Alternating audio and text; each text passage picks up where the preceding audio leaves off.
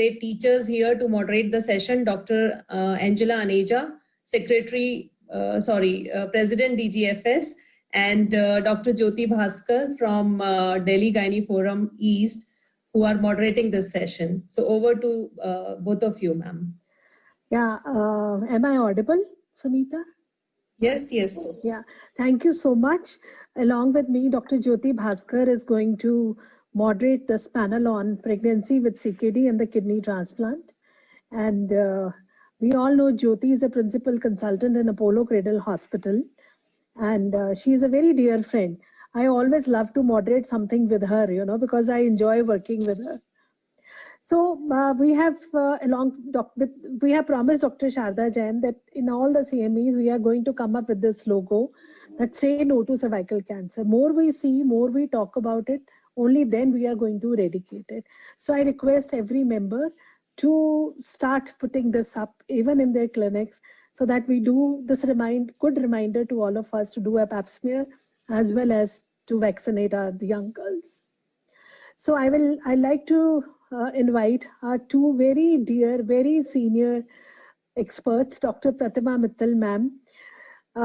Ma'am is a professor and senior consultant. She was earlier head of the Department of Safdarjung Hospital.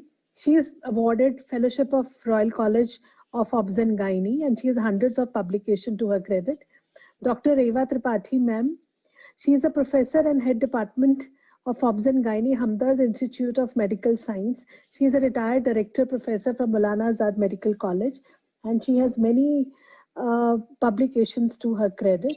All that, just carry on. We are running short of time also. Yeah. So now I'd like to invite, I hope everybody has logged in, our dear panelists, Dr. Geeta Chadda, Professor Upma Saxena, Dr. Raka Guleria, Dr. Anita Rajoria, Dr. Rajesh Kumar.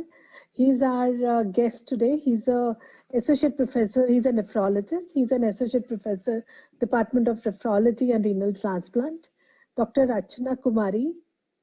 And basically what we have done today is very simple with a very crisp take-home messages on how to manage a CKD and how to manage a pregnant patient in renal transplant. It's a beautiful article by the British Medical Society of Nephrology and the latest articles from Up to Date. So that are backgrounds. So I will say the chronic kidney disease is estimated to be 3% of the pregnant women in high income countries, which equates to between 15,000 to 20,000 pregnancy per year in England. And the prevalence of CKD in pregnancy is predicted to rise in future due to maternal obesity and maternal age. And this is very, very common. And now we are peaking even in a private health sector now. Even a mild CKD is associated with high risk of adverse maternal and fetal outcomes. So it's very important, as Dr. Sharda Jain has said, that we should include serum creatinine to our test, So I'm not able to, So before going from Google password. So just before proceeding, we just like to say what are the normal renal changes happen in the pregnancy. Only then we know what abnormal happens. Anatomically, kidney increases in size. There's a physiological dilatation of the ureter and pelvis because of the gravid uterus and because of the progesterone. And these changes may persist up to 12 weeks postpartum. If it happens beyond that, that is pathological. Physiological, there's increase in GFR leading to hyperfiltration. There's increase in the renal plasma values. That helps in this leads to the fall in serum creatinine, uric acid, and blood urea nitrogen levels. Sonal, I'm not able to move it. So if you find a normal serum creatinine or a blood urea nitrogen in a pregnancy, that is alarming, a normal level. Because of hyperfiltration, these things should fall. So if there's a normal values, that can be an underlying kidney disease. Same as with proteinuria. If it's up to 300 milligram per day, it's normal. Anything more than 300 milligram per day is abnormal. Either if it's before 20 weeks, it can be because of the intrinsic kidney disease. Later on, it can be a part of PET. So let's start with our first case. She's a 30-year-old woman who is a known case of IgA nephropathy, and she has been referred to you by the nephrologist because she is a young girl. Everything is under control. Her blood pressure is under control and she's keen to become pregnant. She's referred by nephrologist for the preconceptional counseling. So my first question is to Dr. Upma Saxena. What factors are important which you look into this before advising her to become pregnant? Dr. Upma, now this is a 30-year-old young female with IgA nephropathy, which is the commonest cause of glomerulonephritis in a reproductive age group. And this disease in 50% of cases is progressed to end-stage renal disease over a period of 20 to 25 years. So first of all, for me, it's very important to know since how long she's having this nephropathy and what's her obstetric history. And then coming to, I have to estimate what is the level of damage at this level. So I have to do her KD-QI staging for CKD. And according to that, we have to stage her for which is from 1 to 5. And the prognosis is usually good for CKD stage 1 and 2, but for 3, 4, 5 it's not so good. And then I have to look whether her BP is normal or she's having chronic hypertension. If she's having chronic hypertension, whether it's well controlled. Ideally in kidney disease patients, and she should not be on ACE inhibitors and ARBs. And in case she's on that, I have to stop those medications and have to start a safer antihypertensive like nifedipine, labetalol. Most other important thing is proteinuria. Nowadays, there is no need to do 24 hours serum protein. We can just do protein-creatinine ratio to see how much proteinuria is this, because hypertension and proteinuria along with the level of kidney function derangement are the most important prognostic factors. Then other important thing I'll look for in this patient is any presence of any urinary tract infection. Any urinary tract infection should be treated, and if it's recurrent, patient should get prophylactic antibiotics. Then besides that, I'll also look for whether she is anemic, because it's quite common. Yeah, I'll see her anemia. I'll look for diabetes. I'll look that we will look to discuss. Yeah. So she's so the diabetic basic thing, and she's not in flare, because in IgA nephropathy she may be in acute tubular necrosis. So in case her staging is 1 and 2, and all others anemia, diabetes, sugars are control, I can start folic acid for her. In case it's at CKD 4, 5, I can ask her to she's better. That we will cover in the subsequent questions. I think that you have rightly said the most important factors are creatinine levels, proteinuria, and her hypertension and the underlying renal disease. So let's go to the second question. So what are the effects of kidney disease on pregnancy? Now you need to counsel her, because it's a preconceptional counseling. Raka, this question is for you. So how you're going to tell her what are the effects of kidney diseases on her pregnancy and how this pregnancy is going to affect her kidney disease? Okay, well, at the outset, I can say that, we can classify CKD in pregnancy depending on creatinine levels, mild, moderate, and severe. Mild is if the serum creatinine is less than 1.5, moderate is between 1.5 and 2.5, and severe is more than 2.5. So higher the creatinine, more the problems. Then we come to the effects on pregnancy. So effects on the mother and on the fetus. CKD on the mother can cause an increase in blood pressure, can cause hypertension, can aggravate PIH, can make her go into HELLP syndrome. It can also increase her propensity to anemia, because these patients are already anemic, and with the load of pregnancy, they can become more anemic. There's an increased incidence of abortions because of chronic hypertension. Effects on the fetus, there is an increased incidence of preterm delivery, which leads to increased NICU stay and neurodevelopmental abnormalities. And it's also been seen that these babies who go to the NICU, they have an increased risk in adulthood of developing chronic diseases like hypertension, diabetes, coronary artery disease. There is also an increased incidence of IUGR because of pre-pregnancy hypertension, because of proteinuria, because of various drugs which these ladies are taking, like calcineurin inhibitors. So again, IUGR along with preterm labor, or IUGR also leads to preterm labor, preterm deliveries for the sake of the fetus. When we come to the effects of pregnancy on CKD, as you've already said that there is an increase in the GFR by 50%, which leads to decreased serum creatinine levels, and also there's proteinuria. So any mild, minute change in serum creatinine levels is very important in pregnant ladies, because Slightest change can lead to flare-up of the disease and can lead to graft dysfunction. So one has to be very careful and tell them also that monitoring is very important. Hyperemesis is another reason in pregnancy which can lead to dehydration. Dehydration again leads to acute kidney injury, as we have just heard from Dr. Jyotsna. So that is also very important and the patient needs to be counseled regarding that. There is also the risk of superimposed PIH, because if her BP rises after 20 weeks and we don't find any other reason, so we need to make sure that she's counseled regarding these signs and symptoms of PIH. Increased risk of UTI is also there because pregnant patients do have asymptomatic bacteriuria, and if we don't treat it, they can lead to recurrent UTI and again flare-up of the disease, rise in creatinine levels, and all sorts of other complications. Great. I think, Raka, you have nicely highlighted. So it's very important to understand these are high-risk pregnancies who need to be looked after carefully by a consultant obstetrician who is interested in high-risk categories, along with a nephrologist, and then take a call. So, Dr. Anita Rajoria, so what are the factors which determine the outcome of pregnancy, and what are the baseline investigation would you like to conduct? Because these are the things which will help us when we allow this woman to become pregnant. So first of all, thank you to NARCHI and DGSFS for giving me this opportunity. As Dr. Raka and Upma have already highlighted, that IgA nephropathy is a very important cause of renal hypertension in pregnancy. And it has got, complex pathophysiological changes which may occur in pregnancy, causing effect both on patient herself and her pregnancy outcome. So as they have already mentioned that it depends on the stage of renal disease the lady is having.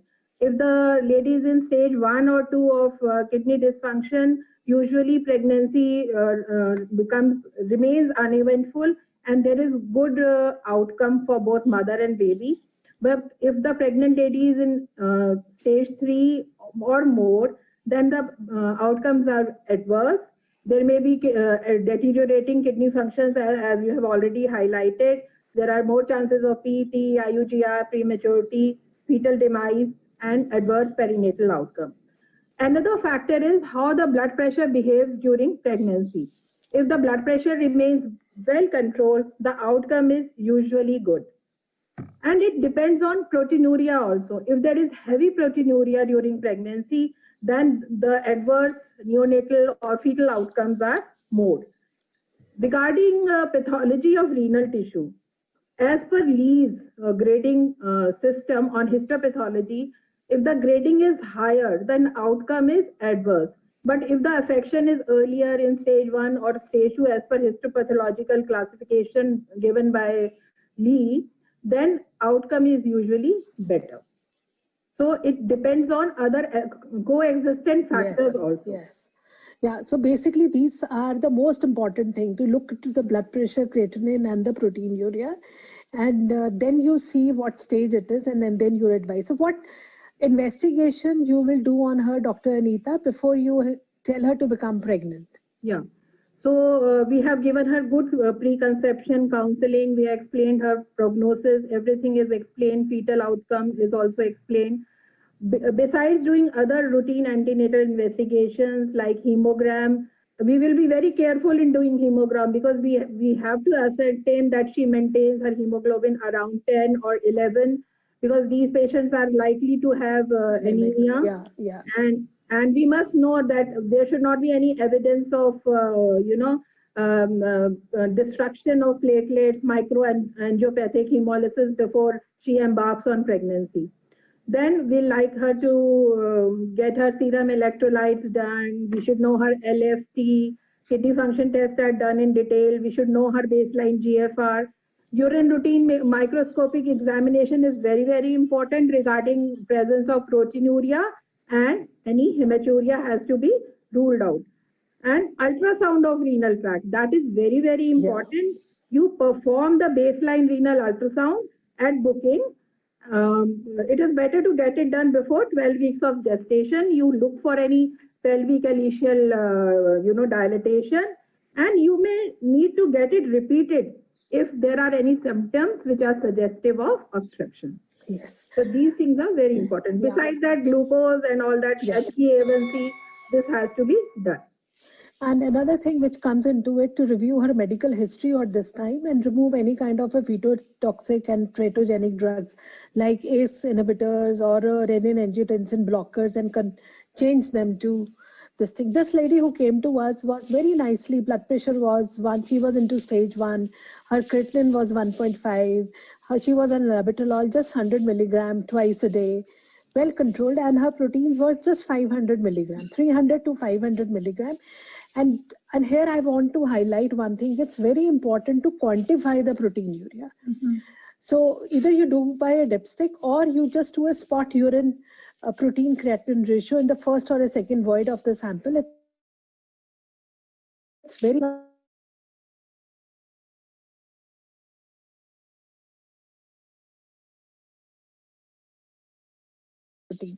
This is a very important chart which one should know about.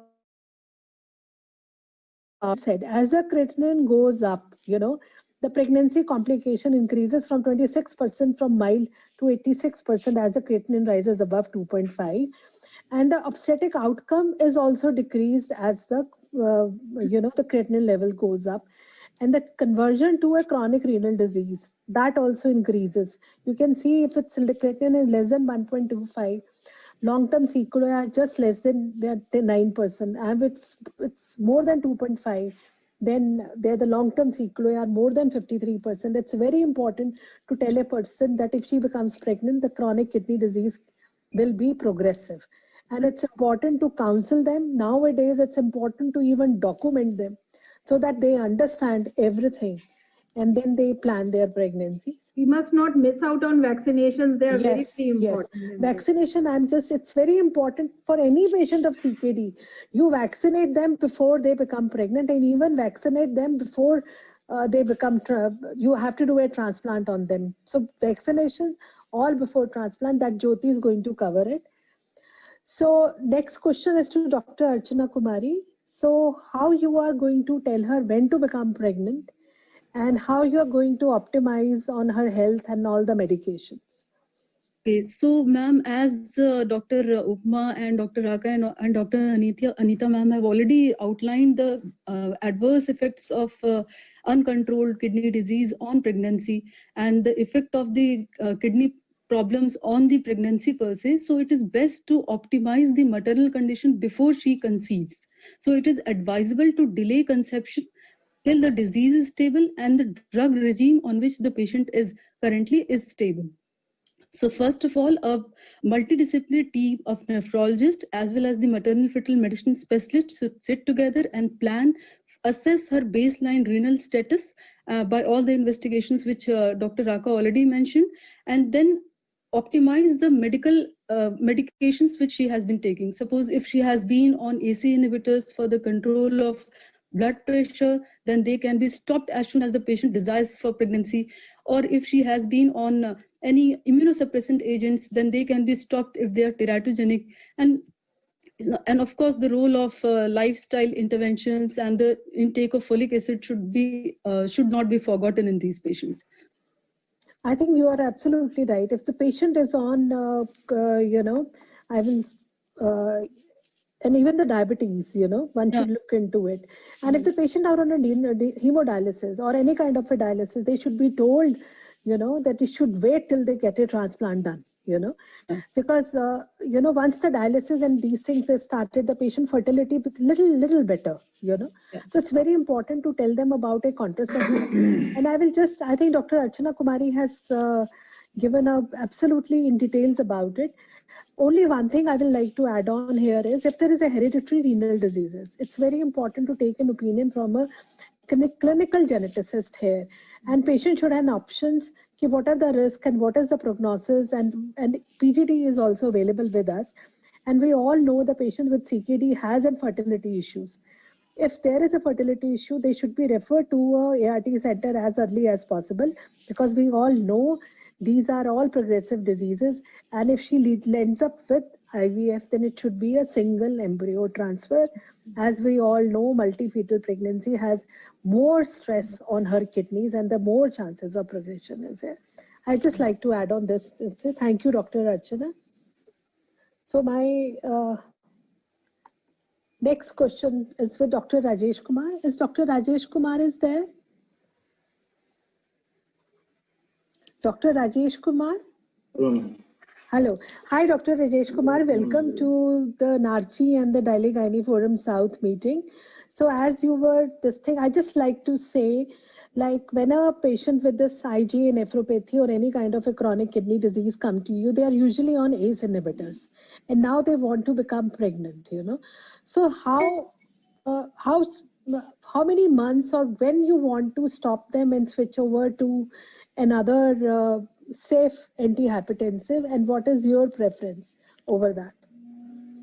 Okay, ma'am. Actually, there is two scenarios in this case. If it is a planned pregnancy. Yeah, it's a planned one. She has not become pregnant. She has been referred that she wants to become pregnant. So we are talking about that.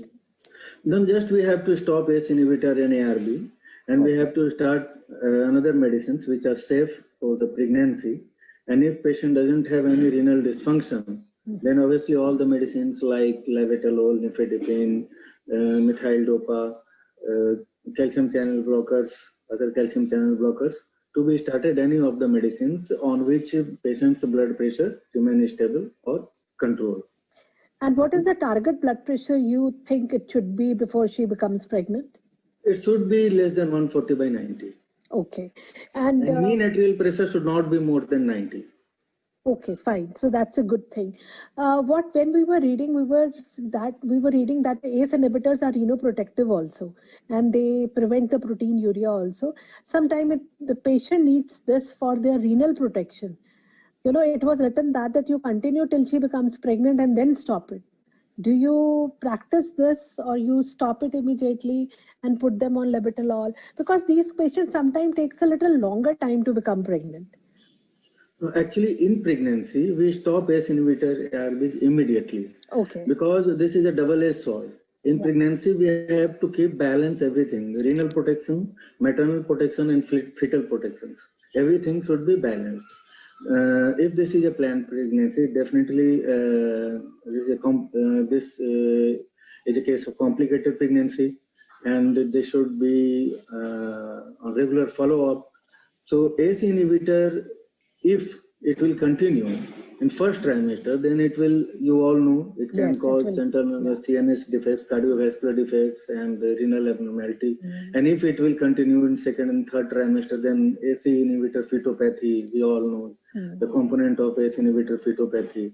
So that that will not be in favor of the fetus and maternal side. Okay. Thank you, Dr. Rajesh Kumar. So take-home messages to stop ACE inhibitors before she becomes pregnant and put them on a safer antihypertensive, labetalol, nifedipine, or methyl dopa. One thing I want to add. Sorry.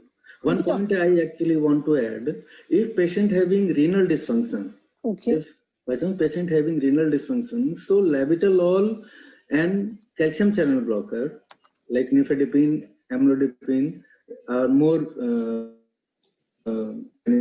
because other medicines require drug dose modification. Like if you are giving methyl dopa, then definitely if creatinine clearance is more than 50, then no need to modify the dose. But if creatinine clearance is 10 to 50, then dose should be decreased to BD dose.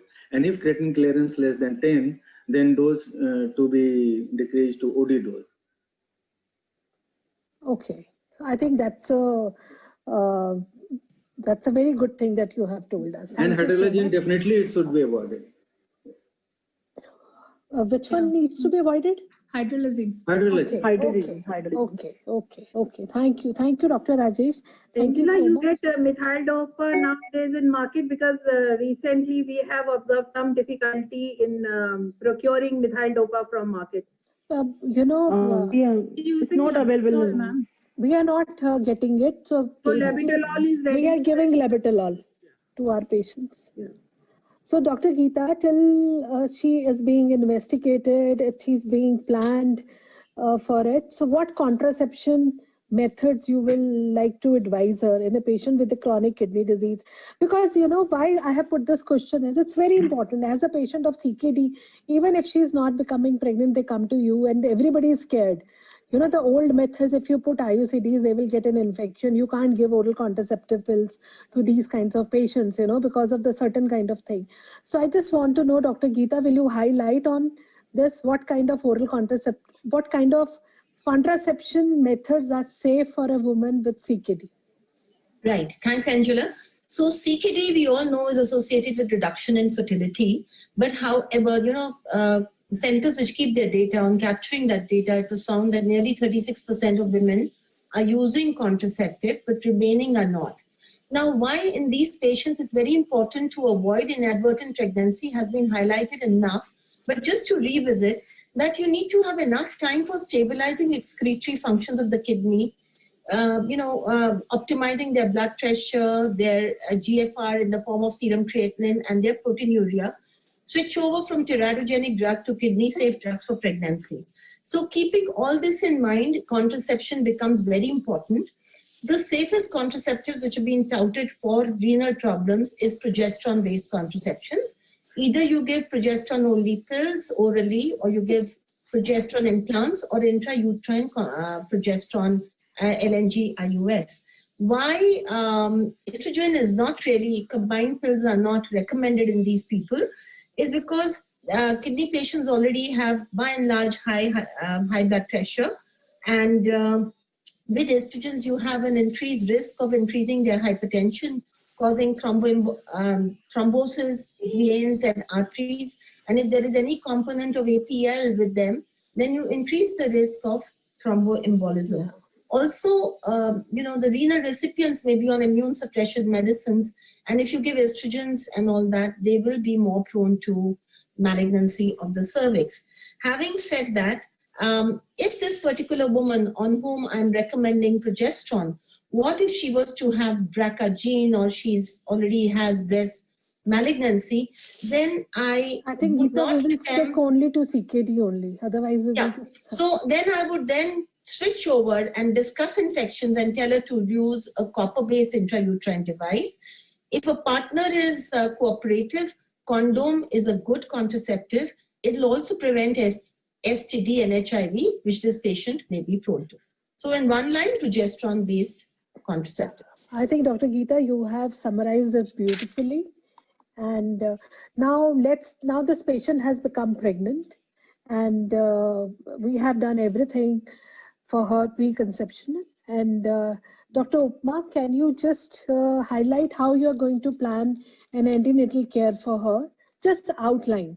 Then we will discuss. So most important thing about this pregnancy is that it's a high-risk pregnancy. So should be managed by a multidisciplinary team. Again, we have already discussed that we have to stage her, we have to control her blood pressure, we have to look for proteinuria. And other most important thing is most of the time, if the patient is on steroid, then there are chances of diabetes. So we have to look out for GDM, we have to look for UTI, anemia, and most important thing is we have to evaluate the patient for thromboprophylacsis. If the proteinuria is in a nephrotic rate, then we have to think about that. And we can carry the pregnancy, if all goes well, we can carry the pregnancy till 39 to 40 weeks. And cesarean is for only obstetrical indication. After a delivery, we can she can breastfeed her child and we can start ACE inhibitors. For the fetal monitoring, I'll say that Dr. Upma, just outline, because that question is for the next panelist. The fetal monitoring, she can have a combined test, target anomaly scan at 18 to 20 weeks, and then growth scan because they are more prone to SGRs. Yeah, so absolutely right, but we need to see them little more frequently. You know? We have to see them more frequently. Yeah. And so in the first trimester, it should be around 4 weekly, and the second trimester 2 weekly, and third trimester should be weekly. And we vaccinate them as the normal patient, as for any other antenatal patient. Yeah, I think you have already said that. Raka, will you just tell them what investigations you will do just quickly and how often you repeat them during pregnancy? Well, initially we do the baseline investigations like your CBC, thyroid, blood sugar, hepatitis B and all that. Specifically for these patients, I would like to repeat the renal function test on every visit and a urine routine and microscopic and a culture to pick up any sort of UTI and urinary protein levels. As you've said, spot protein to make sure that there is no proteinuria, excess proteinuria happening. She needs a first trimester screening, like the dual screen. She needs a quadruple screening. And we do fetal monitoring, ultrasounds. We have to do an OGTT every month for these patients to rule out the development or detect the development of diabetes. I don't think so, Raka. We need it, every month. You need it at 24 to 28 weeks, but you can do it earlier in a woman who are already on steroids. You should always, earlier, first trimester, it should be done, definitely. No, that definitely, on the first visit we should do. First visit, you must do it, repeat it at 28 weeks and then once towards 34, 36 weeks when you're planning her delivery. And ultrasounds in the first trimester, they say monthly. In the second trimester, bi-weekly, fortnightly ultrasounds to monitor the growth rate and the fetal growth. And in the third trimester, you must do it weekly along with her NST to make sure things are progressing well. Absolutely. So careful watch on the maternal and the fetal condition. I think my panelists are about CMV testing, which is important. So that is more important than more the in transplant patients. Transplant patients. So let's finish it a little quickly so that Jyoti can take over. So Dr. Anita, will you just tell us the role of, will you tell your patients to take low dose aspirin during pregnancy with CKD? Yes, it must be started early to prevent development of PET. And I think both kidney transplant patients also need it and kidney donors also need it besides chronic kidney disease patients. So you will start from when? Yeah, although there is limited definitive evidence as to when it has to be started, what has to be the gestation, optimum gestation, and what has to be the optimum dose, we are usually giving 75 to 150 milligram of aspirin from 12 weeks of gestation on. Absolutely fine. And it's very important to everybody to note, even the kidney donors are very prone for PET. They are also high-risk pregnancies. They also need a prophylaxis with low-dose aspirin from 12 weeks onwards. So the next question is, so that, sorry, there is something which is coming up. So how, Dr. Anita, how you're going to diagnose a superimposed preeclampsia in these CKD patients? Dr. Anita, please unmute yourself. Okay. So this is actually a complex issue. A diagnosis of superimposed preeclampsia is considered in chronic kidney disease in a woman who is pregnant with non-proteinuric chronic kidney disease if she has now developed new onset hypertension. Like her blood pressure has gone more than 140/90 as already discussed by Dr. Rajesh, and proteinuria is more than 30 milligram per nanomole protein creatinine ratio, or albumin creatinine ratio becomes more than 8 milligram per millimole, or there are associated maternal organ dysfunction after 20 weeks of gestation. Regarding patients who are pregnant with chronic disease having proteinuric chronic kidney disease, if she now develops new hypertension or maternal organ dysfunction after 20 weeks, she will be labeled as superimposed PET, although diagnosis is very difficult. And in a woman who has got chronic hypertension along with the proteinuria, if she is now developing organ dysfunction along with that, then you will label her as preeclampsia. And sometimes we need to do, these angiogenic biomarkers like placental growth factors and serum FLT1 for triaging these patients. And this ratio may also become valid for negative predictive value, as we all know. Thank you, Dr. Anita. You have summarized this beautifully. So let's take up the next question. And Dr. Archana, Dr. Anita has just spoken about these angiogenic markers like placental growth factors and SFLT1. Can you just brief out a little how you do it, when you do it, and what is the predictive value and how important they are? Actually, ma'am, it is such a diagnostic dilemma whether it is a case of chronic kidney disease with proteinuria and hypertension, or it is a superimposed preeclampsia that many a times it is very difficult to diagnose. So there are countries like Germany and Europe, they have already undertaken these angiogenic markers as the standard and routine care for diagnosing superimposed preeclampsia in such patients. And the ratio of FMS like tyrosine kinase and PIGF has, based on the prognosis study, they have given two cutoffs. The one cutoff is 38 for the prediction of superimposed preeclampsia. If the value is more than 38, that means there is increased risk of development of preeclampsia within the next 1 week. And if for the diagnosis of preeclampsia, they have given the cutoff of 85. So if the value is more than 85, that means the patient has developed preeclampsia and she should be managed as superimposed preeclampsia cases. So it is time that we also adopt it into our clinical scenario and start basing our decisions on these angiogenic markers. Absolutely. So basically, this is advised to do it between 20 weeks to 34 weeks and 6 days. And this is a ratio of SFLT1 and placental growth factor. As she has rightly said, if it's less than 38, then it rules out preeclampsia in next 1 week. And it has a very good negative predictive value of 99.1%. But if it's, so we have to remember less than 38 or more than 38. More than 38 case, the patient can get a preeclampsia in next 4 weeks.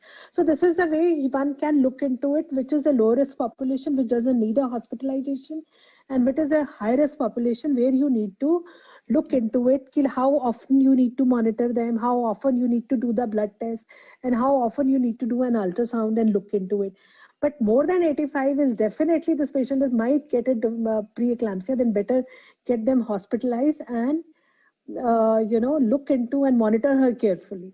So I think you're right. We should look into it, and many labs are doing these tests, and I think we should have our own Indian data for it. Yes, ma'am. So Dr. Geeta Chadda, will you tell us on a CKD patient when you should start with the thromboprophylaxis? Yes. This is another one of the neglected areas in a practice, that we don't give thromboprophylaxis, and this is one of the indication to start. Dr. Geeta, will you just tell us when we should start? Yeah. So the logic of this is that in CKDs which have proteinuria, especially the nephrotic, they tend to lose a lot of vitamin D binding proteins in their urine, and antithrombin 3 in one of them. Besides that, there is extra hepatic synthesis of coagulating factor. And with this, the contraction of the intravascular system, these patients are very prone to thrombosis. To prevent this, we should give unfractionated heparin in people with nephrotic range proteinuria, which is equivalent to a spot protein creatinine ratio of more than 300 milligrams per millimoles. And in a non-nephrotic range, which is equivalent to more than 100, you can give low molecular weight heparin.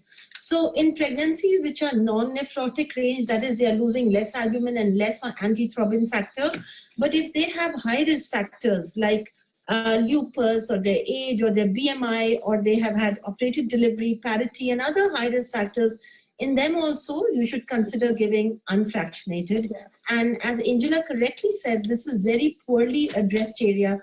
And in the court of law, if somebody dies of thromboembolism, one will never be save ourselves. Yeah, nobody can save you. Geeta, it was very interesting in this patient, she had a proteinuria of 1000, and I started her on low dose heparin. Her proteinuria kept on going up, reached up to 5000, and I was so worried about her. So she was with me as well as with the nephrologist, and finally nephrologist told her, this is the only new thing you have started, and the low molecular weight heparin, and we stopped it. And imagine, they said, ki whatever, you don't know what reaction happens. And with that injection, Clexane, her proteinuria went up. Once we stopped, she came back and she became normal, and we were able to even continue her pregnancy till 37 weeks. Still, we don't know why it happened. But that doesn't mean we should not give. We should give thromboprophylaxis to these patients. Yeah. But this happened with this particular patient, Yeah. So Dr. Rajesh Kumar, we all know that chronic kidney diseases patients are anemic. How you usually treat your anemia in these kind of patients? A very common question which is asked by the gynecologist. And how also you take care of her bone health during pregnancy. Dr. Rajesh Kumar? Dr. Rajesh? Am I audible? Hanji, yes, you are audible. First, the cause of anemia in CKD. This must be ruled out and managed accordingly. Malnutrition, this is one of the important cause, definitely, in Indian populations. So iron deficiency, B12 and folate, this should be checked, monitored, and replacement should be done accordingly as per the dose requirement. Infection to be controlled. As such, CKD is in a chronic inflammatory state, and if patient is on dialysis, so patient require iron therapy on maintenance dose for these patients, erythropoietin therapy in these patients.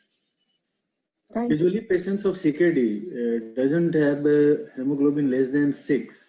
If patient is having CKD only, not any hematological causes, then in that case all this management to be done, and the hemoglobin to be monitored every 15th day if patient has been started on erythropoietin. And in CKD patient, hemoglobin target limit, they should not be more than 11 to 12. It should remain between 11 to 12, not more than that. Okay, thank you. So we routinely give them calcium and vitamin D3 also. So Dr. Archana, I'm going to ask you a very important question. So what are the challenges in interpreting the biochemical screening for N-euploidine patients? Like we all know, because of the decreased GFR, their beta HCG goes up, and they, and there are always a false positive rates for the double test, double marker, or a quadruple.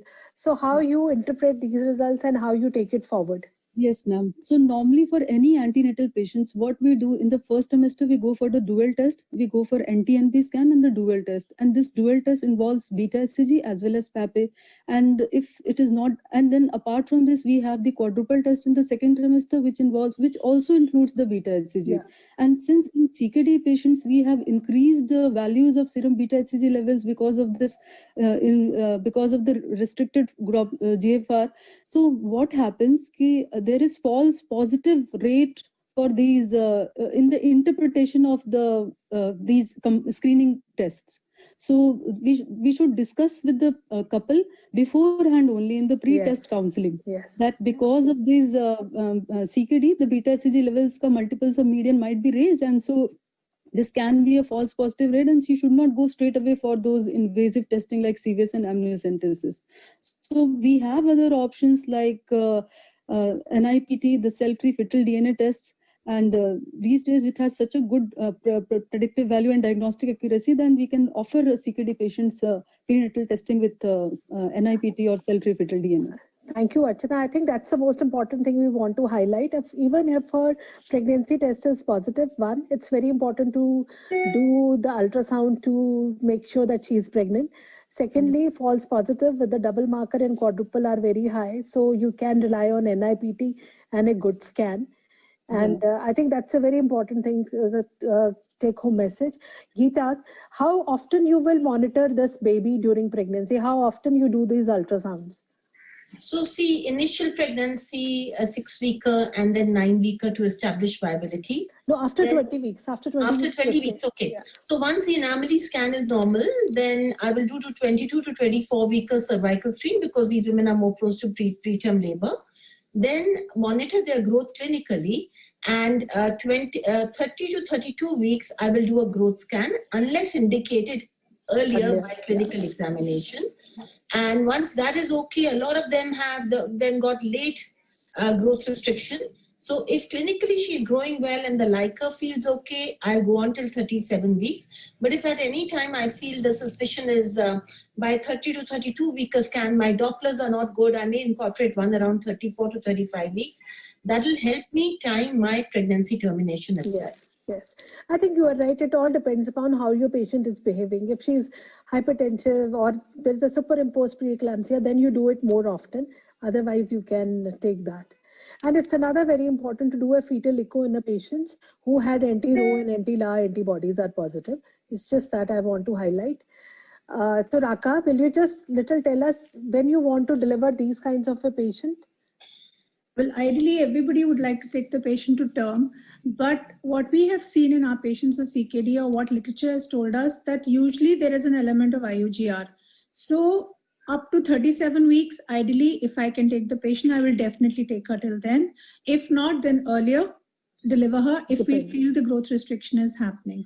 Absolutely. And all the patient to be delivered by cesarean section in CKD? No. No, cesarean section only if there's an obstetric indication. Great. Otherwise, you can always opt for a normal vaginal delivery. Great. So now also it's very important during, labor, she should not be, it's very important to prevent the dehydration and even the volume overload in these kind of a patient.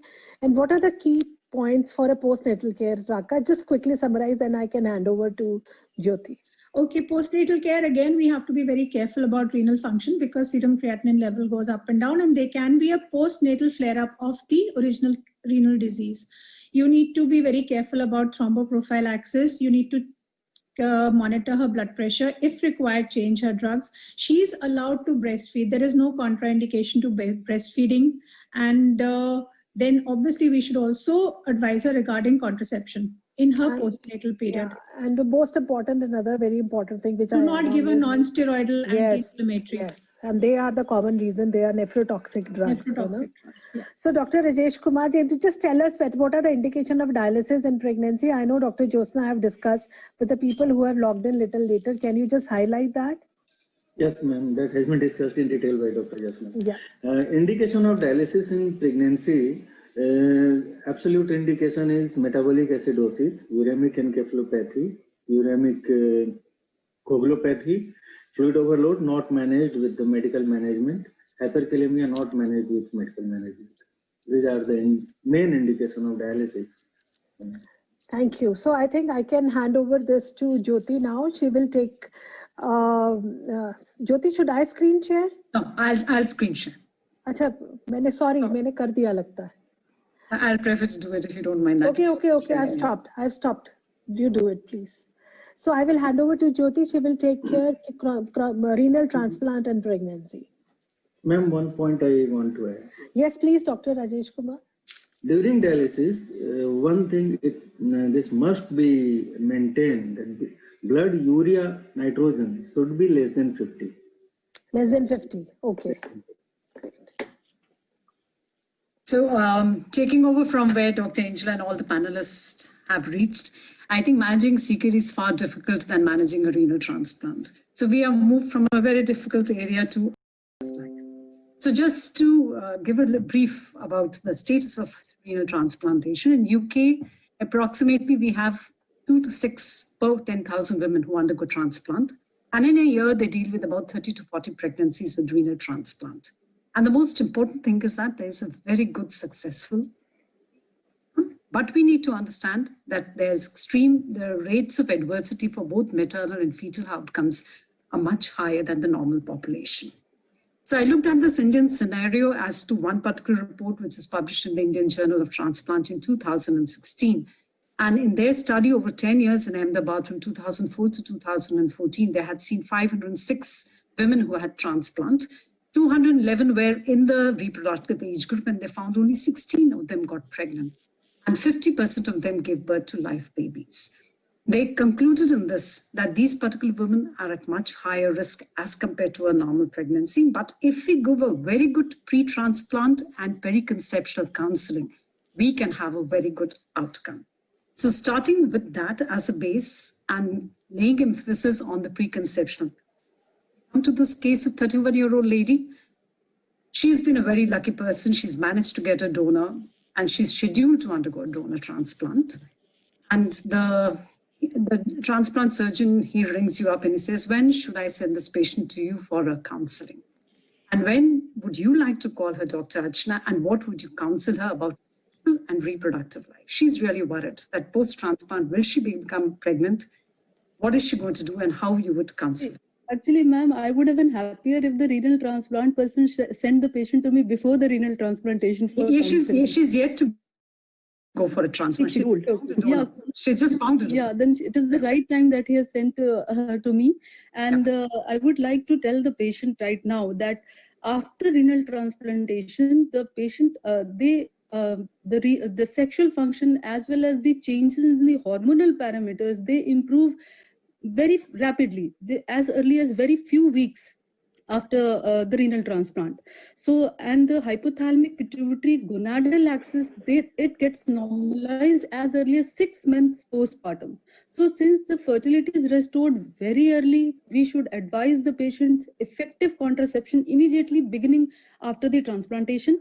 And of course, the sexual function and the libido gets improved not only in males, but also in the females after transplantation. So for this patient, I would like to tell that of course, after renal transplantation, her all menstrual problems because of anovulation, her loss of libido, her sexual function which had gone, they are going to revert back to normal, and she can have a conception very early, and she should go for contraception as soon as she resumes her sexual activity. So what contraception do you think you're going to, Dr. Geeta had spoken about the CKD contraception. So what about the transplant patient? Is it actually, if it is an uncomplicated transplant patient, then we can go for levonorgestrel intrauterine devices or even a copper IUCD. Even, in fact, all can be given as MEC2. But for a complicated one, which have been associated with acute or chronic graft rejections or some failures, or so in those cases, LNG IUD and copper IUDs become MEC criteria 3 because of increased risk of infection.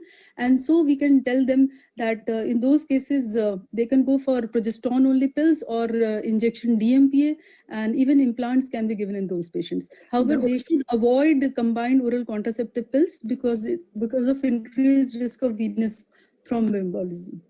But the only thing is that if they already have a copper T or an LNG IUs in position, we do not continue on that.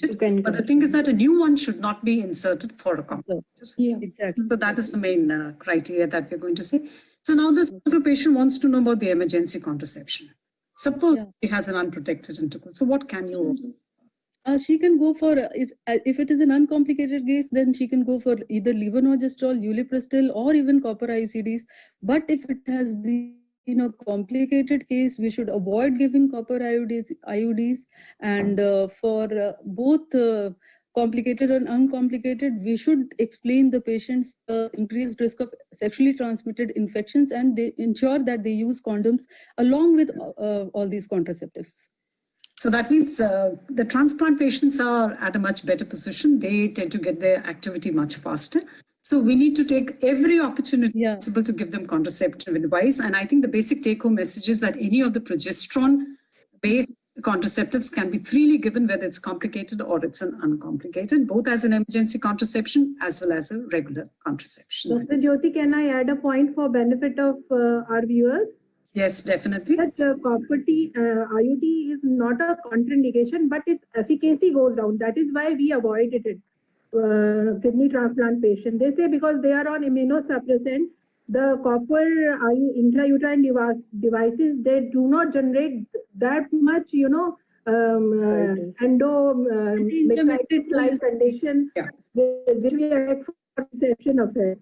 So that is why we are avoiding copper intrauterine devices in kidney transplantation. And the other reason also because in complicated, we do not change. So there definitely is a risk of infection also. So both the factors together, but yes, as an emergency contraception, what you have said, that's perfectly correct. And even the injection DMPA should be avoided. It can be given, but should be avoided in cases of transplant as well as CKD for a bone health, because these patients are also at risk of osteopenia and osteoporosis. Dr. Rajesh wants to add something. Yeah, Dr. Rajesh, yes. Yes, ma'am. Actually, this is a very important question, so I wanted to put my one comment.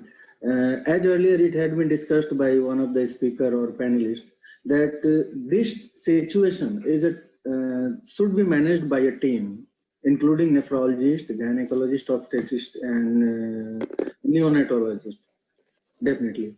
So here, when the patient gets transplantation and she is getting discharged, right from the discharge, she must be properly counseled, she must be referred to an obstetrician for the proper counseling, that she should not achieve pregnancy at least before 1 year, but not before 2 years. 2 years is the safest gap between transplantation and achieving pregnancy.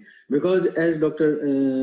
Angela ma'am has said, emergency contraception is not safe in view of bone health and infection. Along with that, it is also not safe in view of graft function. Okay. So taking that into consideration, so we move on to the next. As you said, yes, pre-pregnancy counseling is extremely important.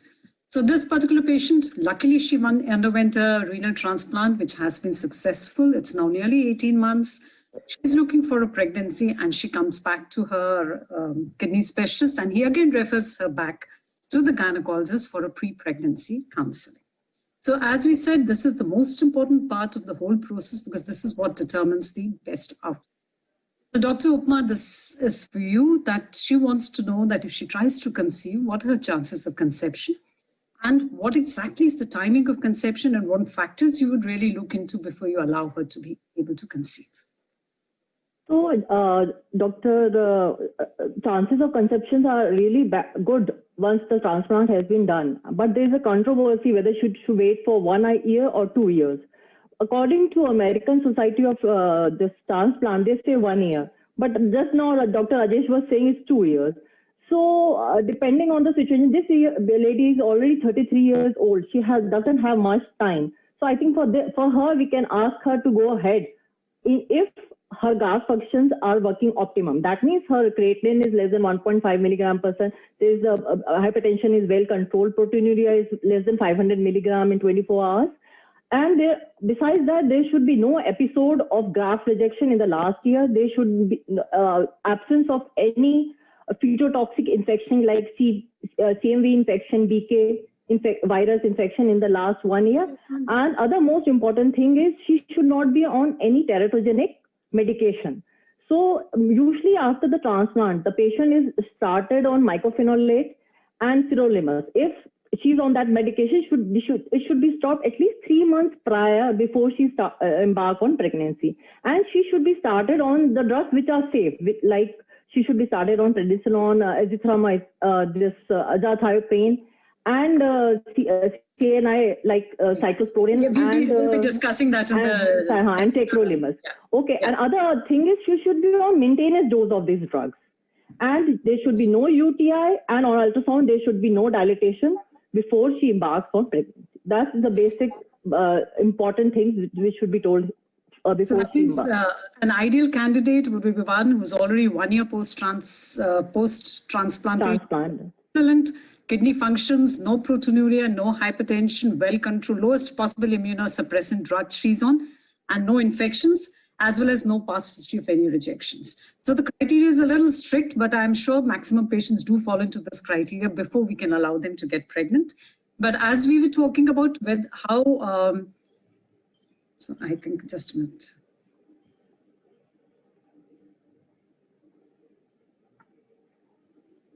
So Dr. Rajesh, having done this, we move on to the next question. We have already discussed about the antihypertensive drugs and the CKD one we have discussed. So we're not going to be touching on to that.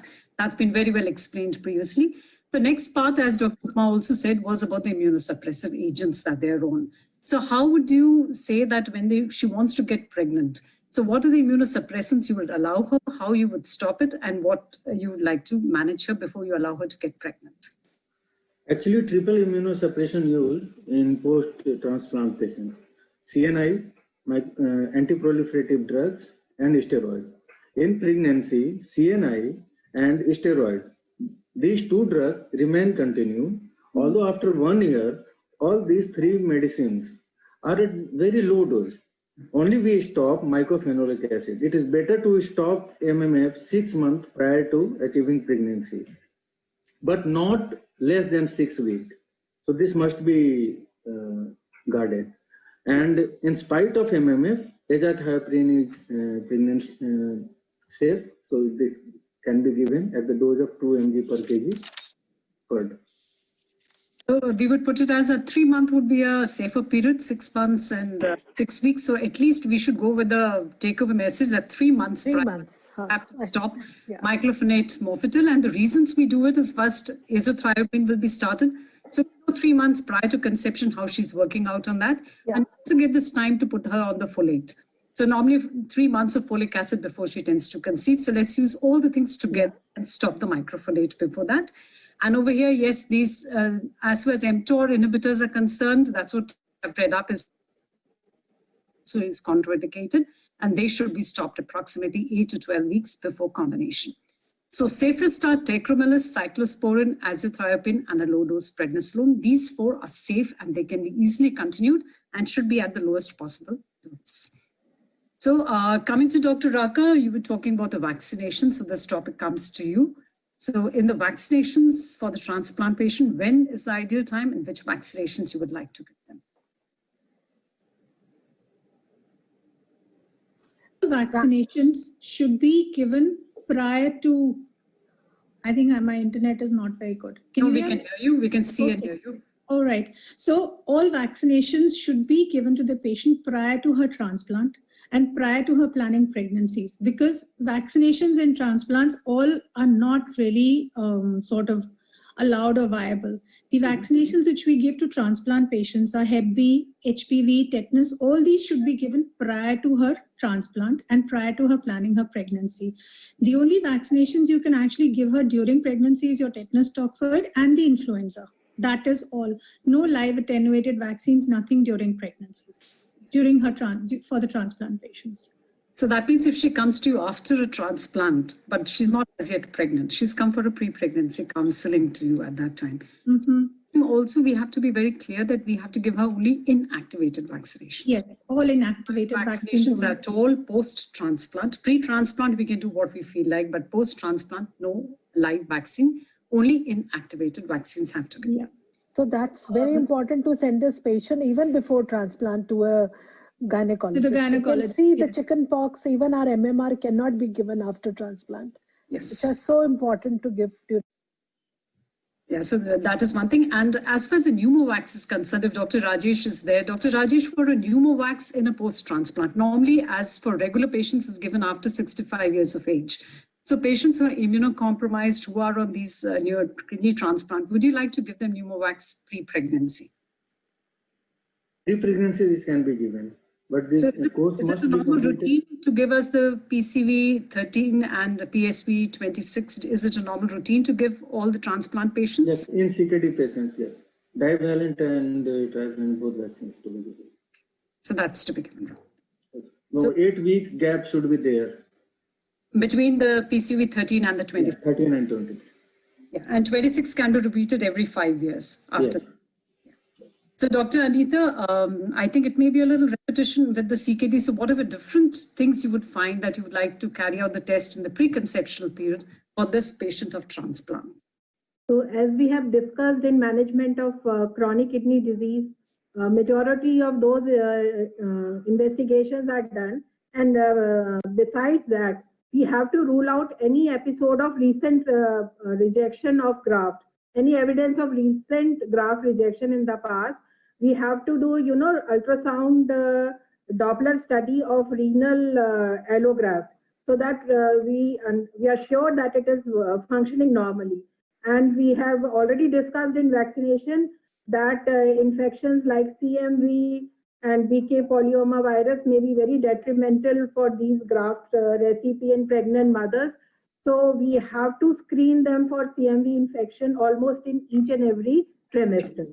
So besides that, other KFT, LFTs, we are doing complete blood counts. They have to be done as per the schedule in chronic kidney disease patients. So the two things you said is PCR for CMV. That is something that's different from a CKD patient. Ultrasound for the Doppler and urine analysis. Definitely, again, over here, we need to emphasize that that's very important in the renal transplant patients for the infections. So Dr. Geeta, can I ask you the next question? This patient is extremely worried. And she really wants to know if she does go ahead with a pregnancy, what is going to be the outcome of a pregnancy? So in these patients of kidney transplant, what are the main indicators that we look for to be able to consider for the outcome?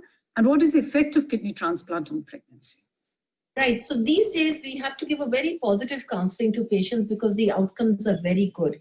We know that the live birth rate after a good transplant goes above 70%. And obstetric outcome depends on two-way thing, that what is the kidney function? Has she achieved good renal functions? And is her blood pressure well controlled? Is her estimated glomerular filtration rate good? So if all these parameters are good, I think she should be optimistic and she should be having a good outcome.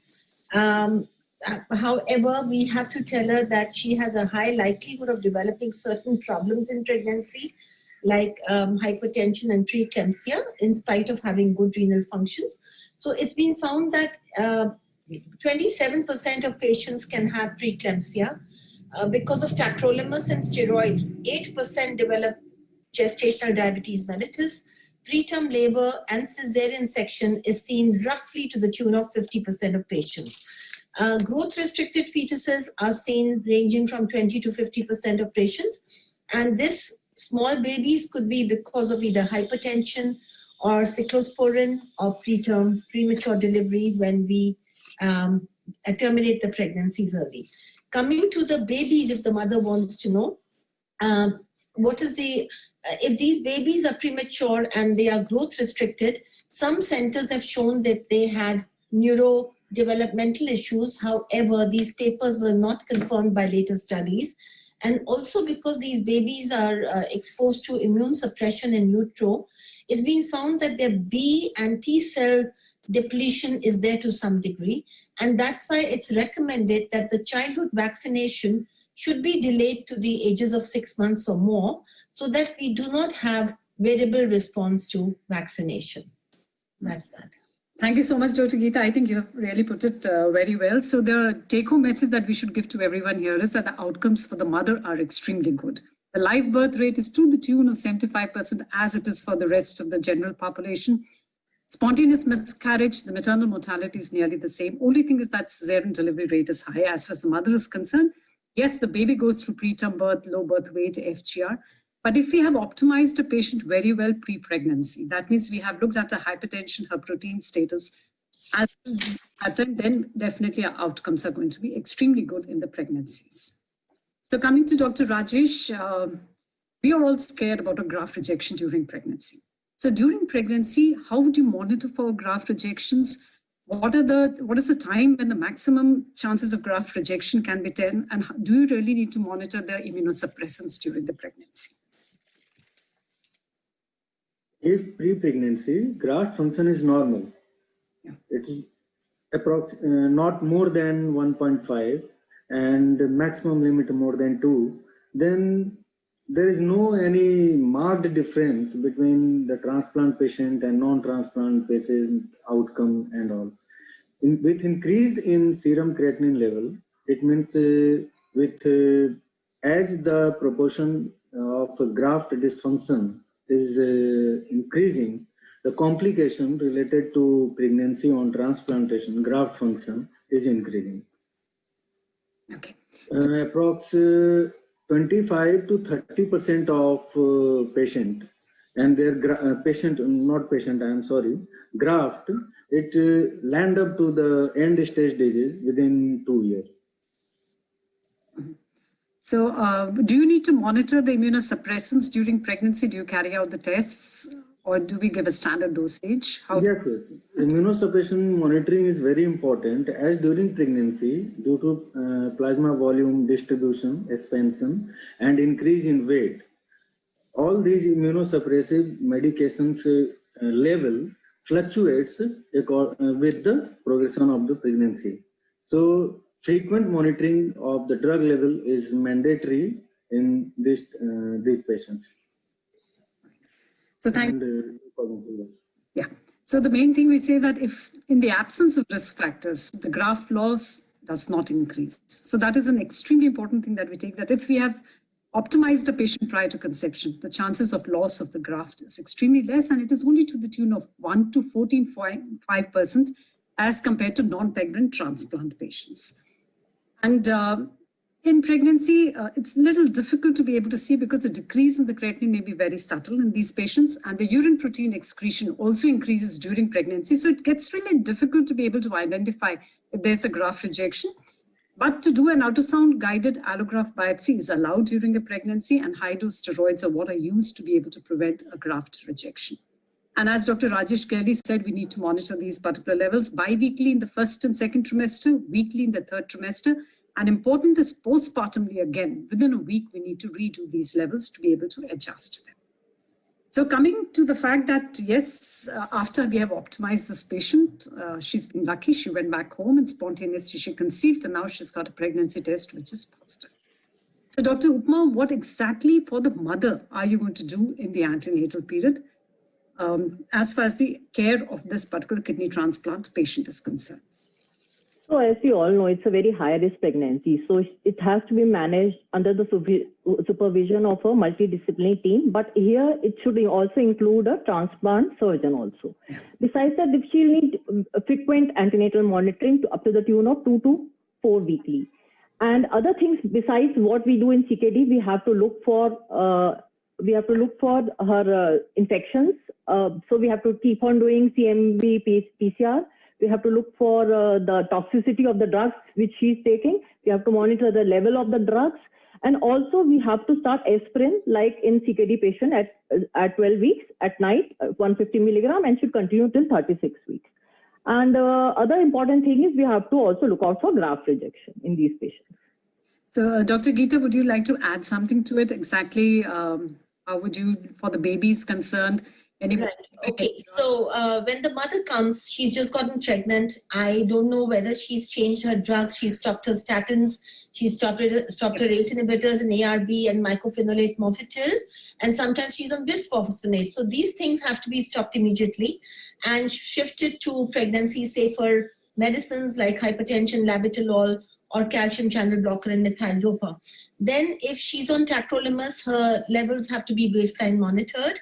And then we monitor her for any UTI, which is very important. So do regular midstream urine to begin with and then monthly. And if she's prone to recurrent UTIs, consider giving prophylactic antibiotics based on the culture thing. And also if she's got a history of lupus, I do her APL. And if she's LAC positive, anti-ROLA, and then all the gamut of baby monitoring with that. Aspirin prophylaxis, my previous speaker has already spoken about. If I get fair degree of proteinuria, I will give her thromboprophylaxis, and I will talk about Down syndrome screening to her in case of proteinuria because HCG will be false positive. At this point in time, what was the reason for her kidney failure? Did she have inheritable kidney failure? And then I will look at the baby based on that. She's already pregnant. So in pregnancy, it's important that to this patient, I monitor the BP myself. Normally nurses monitor them outside.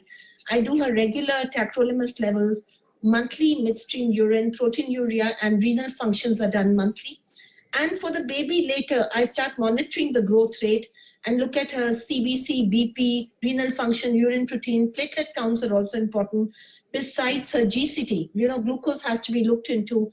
Midstream urine and tacrolimus levels, again, I look at them. Now this woman has delivered. It's very important for me to focus on her fluid balance, and tacrolimus levels suddenly come down to nephrotoxic level from being diluted in pregnancy. Dr. Geeta, we'll cover the postnatal separate. Okay, fine. So that's it. Yeah, so only both of you have done it extremely well and covered everything, but I would like to say that we need to avoid erythromycin and clarithromycin in these patients who are getting calcineurin inhibitors because it will interfere with their metabolism. And I think Maxilf we had covered previously also. In Maxilf also, we have to be very careful with these patients, especially if the creatinine level still remains to be high, because we need to reduce the doses in case we need this particular for management of the hypertension anytime.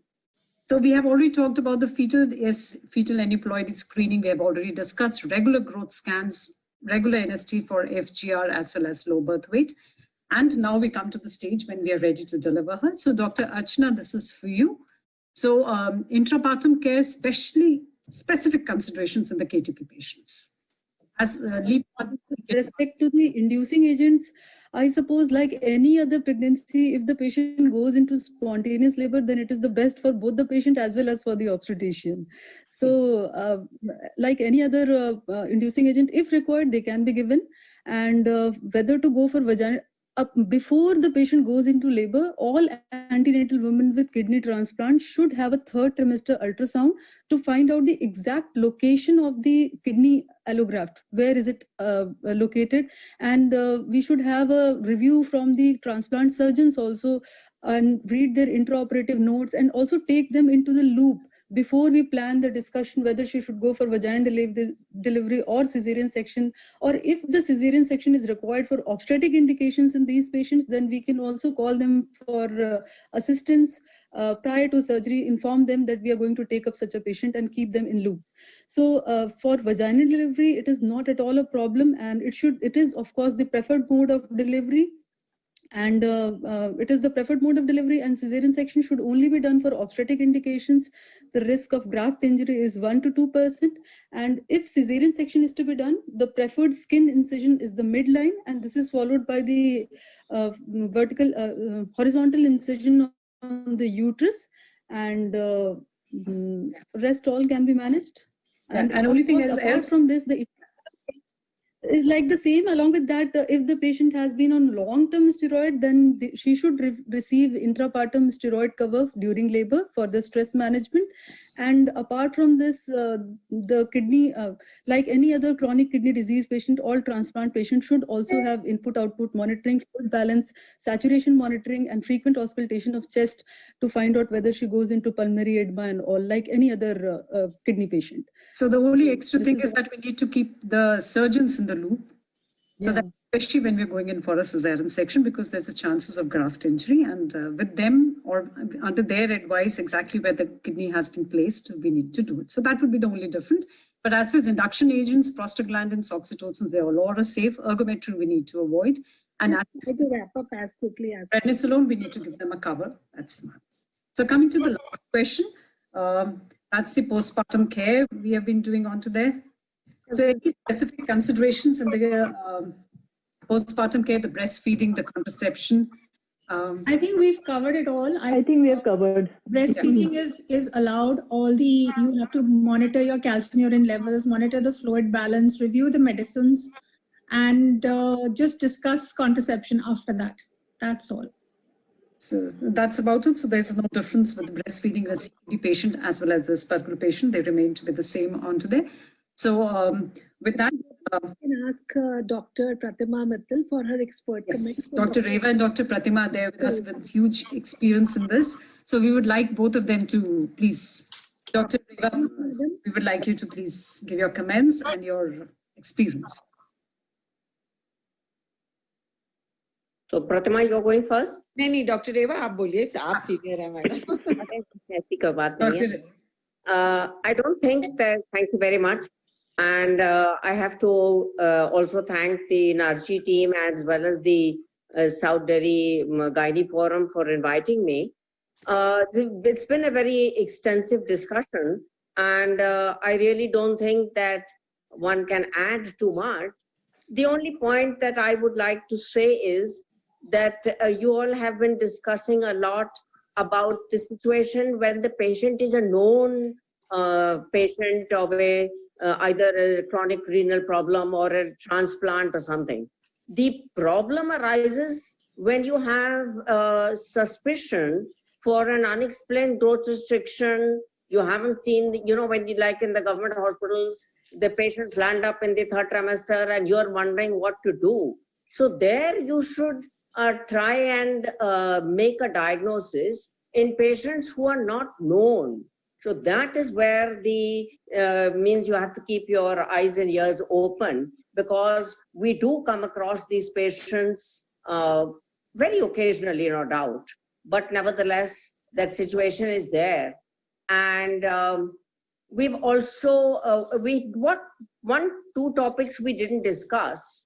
I think it is becoming far too long, but about dialysis during pregnancy. And hemodialysis does work during pregnancy, but of course the patient has to put up with it. But one small experience I would like to share, that we had an unexplained growth restriction, which we eventually diagnosed to be due to a CKD. And we were able to cover her with a couple of dialysis episodes. And, the growth actually took up. And we were able to tide over time between delivering at 27, 28 weeks and pull her till about 32 weeks and give her a live child. So that these are the kind of unusual situations which one does need to, face occasionally. So that was one thing I wanted to say. And the other thing was another thing, despite your extensive talk on contraception, etc., you do get the occasional patient who's on a CKD, on a dialysis, and she comes to you pregnant. What are you to do? She doesn't want to continue the pregnancy.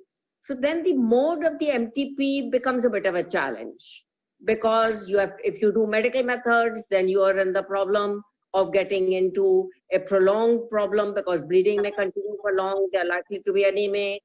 If you do surgical intervention, then there are anesthetic drugs and anesthesia problems. So it's a kind of a tight rope walk, and you've got to figure out what's happening and take a call depending on what the anesthetist want and what the patient want. So these are one or two dicey situations that one does need to face, and one needs to be clear on these kind of unusual situations. But I must say that a very good panel, very extensively discussed, and maybe everybody's waiting for the next CKD patient to come to them so that we can do a very good job of managing the patient. Thank you very much. Thank you, Dr. Eva. It's so interesting. I must tell Jyoti, look, dialysis we didn't touch deliberately because it was going to be a very big topic itself. So we just discussed the indication. And the best part is, despite gynecologists, we forgot MTP if she becomes pregnant, how to do it. And thank you, Dr. Eva. It's such an important thing. And I think we will add on for our subsequent thing. It's very important. If she becomes pregnant and doesn't want to continue, then how to go about it. We just had a patient a couple of weeks back. That's why I remembered. No, thank you so much. Yes, Dr. Pratima, you must be doing loads of experience. Thank you, Angela. And I think it was a wonderful panel. Angela and Jyoti both have done justice to the subject. I think rather being an expert, I have learned so much, really. But I just want to add that, one or two things that you have beautifully discussed about preconceptional counseling, the pregnancy management and the postnatal. But one thing that we have been looking for UTI in all the cases, and in those cases also the dose adjustment for the treatment, antibiotic dose adjustment has to be done accordingly. That thing should be kept in mind, because in all these patients, it's important to give optimum doses. And even contraceptive also, initially we were thinking that dose adjustment sometimes we have to do if you have to give, for low dose progesterone. I don't know whether it is been advocated somewhere or not, but I think we have to do the dose adjustment for all these patients for many drugs.